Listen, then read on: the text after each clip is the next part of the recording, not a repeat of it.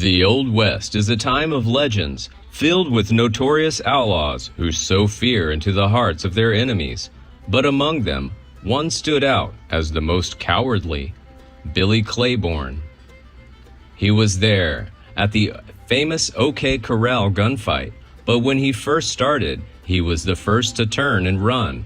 His cowardice has become legendary, and it eclipses anything else he may have achieved in his short and violent life. In this video, we dive into the story of Billy Claiborne, the Old West's most cowardly outlaw.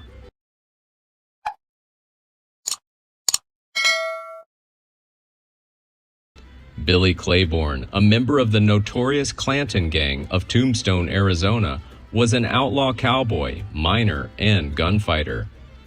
William Billy Floyd Claiborne was born in Yazoo County, Mississippi, on October 21, 1860.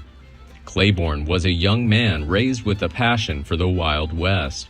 He worked as a cowboy for John Slaughter, and with him herded cattle from Texas to the Arizona Territory in 1879. Upon arriving at Tombstone, Claiborne worked on mixers at the Charleston mines and as a slag truck driver at the Neptune Mining Company's smelter in Hereford, Arizona. On October 1, 1881, Claiborne argued with James Hickey at the Queen's Saloon in Charleston. Hickey drank heavily for 3 days and became agitated. Harry Queen, the tavern owner and witnessed the event. Claiborne shot Hickey in the cheek below his left eye, killing him instantly. More than a month later, on November 26th, the trial was convened, but only 4 jurors were present. A second trial was scheduled for May 11, 1882, but most of the defense attorneys did not show up. A new trial date was set for May 15th, but not enough jurors were found. Hickey was not well liked. When a grand jury was finally convened, Billy was found not guilty and released. In 1881, after William "Billy the Kid" Bonney was killed, Claiborne asked others to call him Billy the Kid. He is said to have killed 1 to 3 men who refused to call that name. Claiborne was also a heavy drinker and short-tempered. He frequented the local pubs, becoming friends with Ike and Billy Clanton, and with Tom and Frank McLaury. On the morning of October 26, 1881, Ike Clanton, a known troublemaker, violated a city ordinance by carrying a rifle and revolver. At around 1 p.m., Virgil and Morgan Earp caught Ike off guard on 4th Street, and Virgil attacked him from behind, disarming him. The Earps then brought Ike before Judge Wallace, who was not in court at the time. Wyatt stayed with Clanton while Virgil went to find the judge. In the meantime, Wyatt meets Tom McLaury outside the courthouse. Suspecting that McLaury has a weapon, Wyatt confronts him, demanding to know if he wears heels. McLaury denied it, but Wyatt later testified that he saw a revolver in McLaury's right hip. As the town's vice marshal, Wyatt Earp often carried a pistol at his belt, as was customary at the time. Witnesses said Wyatt pulled a revolver from his coat pocket and used it to attack Tom McLaury twice, leaving him lying on the street, bleeding profusely. On the afternoon of that fateful day, tensions were high in Tombstone, Arizona. Ike's younger brother, Billy Clanton, and Tom's brother, Frank McLaury, go down into town and stop at a local pub. There, Claiborne told them about their cousin being beaten by the Earp brothers within the previous 2 hours.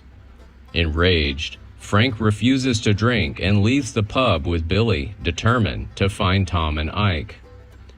Although they knew they were not allowed to carry guns, Frank and Billy were fully armed when they found Tom and Ike. They stopped at Spangenberg's gun shop to buy ammunition. And although Ike wanted to buy a gun, the owner refused to sell him one after seeing bandages on his head. The McLaurys then left to collect money from the cattle they had sold, while Claiborne and Billy Clanton went to retrieve Clanton's horses. They all met at the OK Corral just minutes later. Witnesses overheard them threatening the Earps.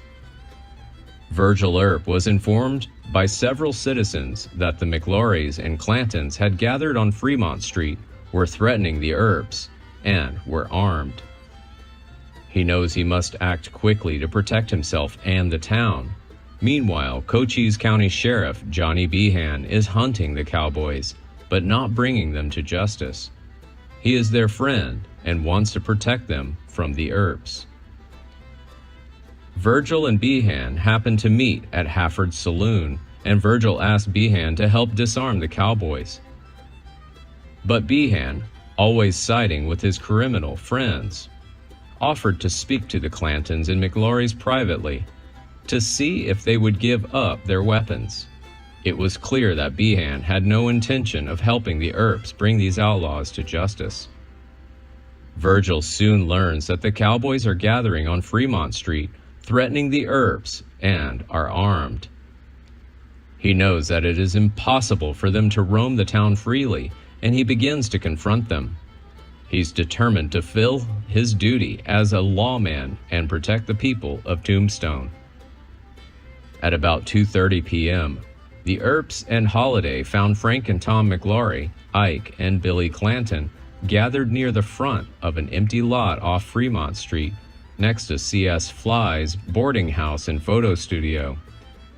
Behan said he tried to convince Frank McLaury to give up his weapon, but Frank insisted that he would only give up his gun after City Sheriff Virgil Earp and his brothers were stripped of their weapons.